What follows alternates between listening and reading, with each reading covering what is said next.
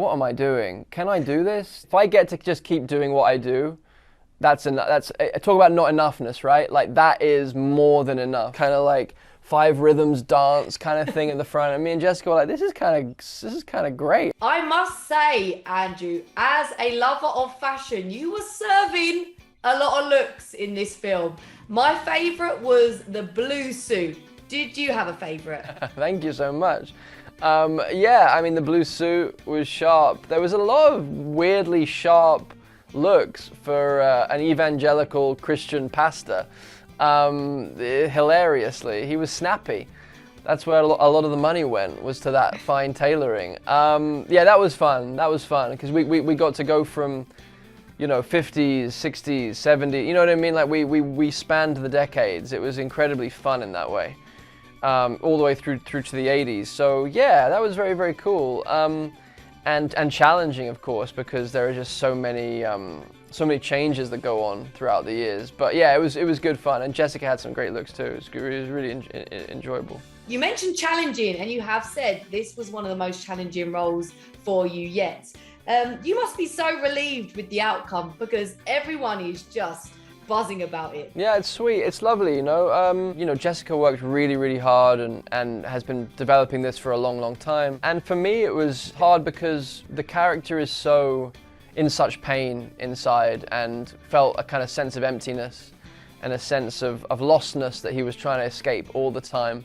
That's how I experienced it anyway, and that's why he had to fill his life up with the suits and the cars and the houses. They were claiming to be Christian, but actually I think the religion that they were following was the religion of money, and the religion of money as a kind of sign of self-worth, a sign that you are somehow worthy, status in that way, which we all can understand because we're all in a culture right now where, we are judged about,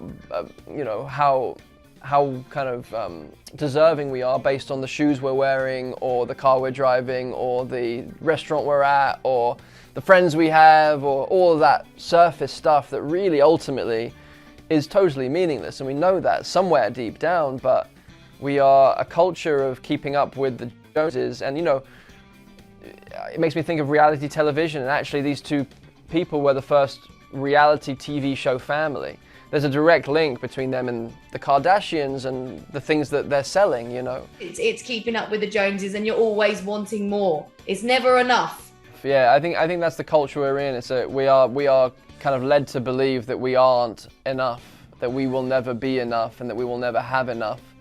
And I think this film speaks to that and kind of maybe holds a mirror up to us to encourage us to look a little deeper and to reprioritize some things, which I know we've all been doing over the course of the pandemic as well. I think it's really kind of focused us to realize that we don't need so much, that we can trim off some of the excess, Definitely. And you mentioned you and Jessica actually went to a church service while you were filming this film. I wondered, was it a church service where you can all get up and sing and dance, or was it quite a serious one? It was quite a loose one. It was so we went to the old site of Heritage USA, which was where Jim and Tammy created their empire, which doesn't exist anymore, obviously. But now there's another Christian evangelical church that have taken over the space.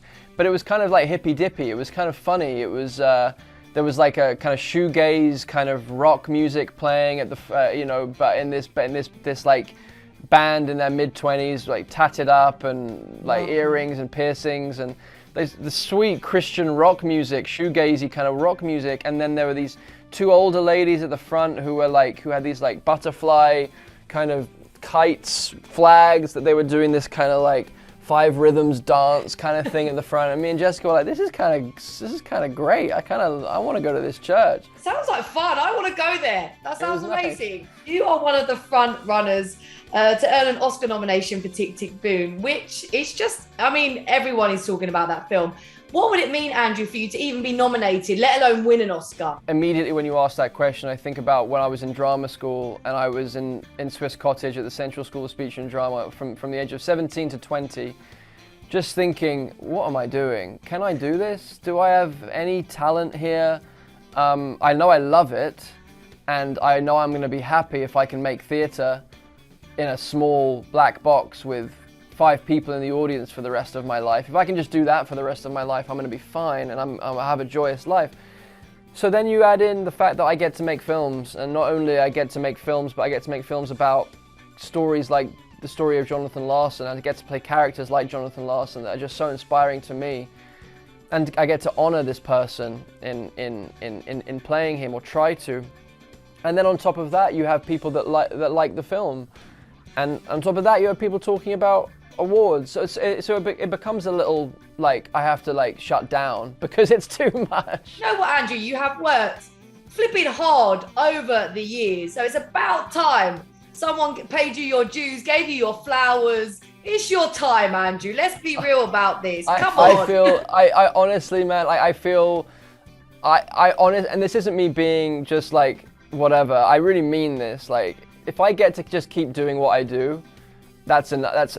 Talk about not enoughness, right? Like, that is more than enough. That is a lucky life if I get to keep telling stories. That's all that matters to me. And if I get to keep telling stories like the one about Jonathan Larson and like,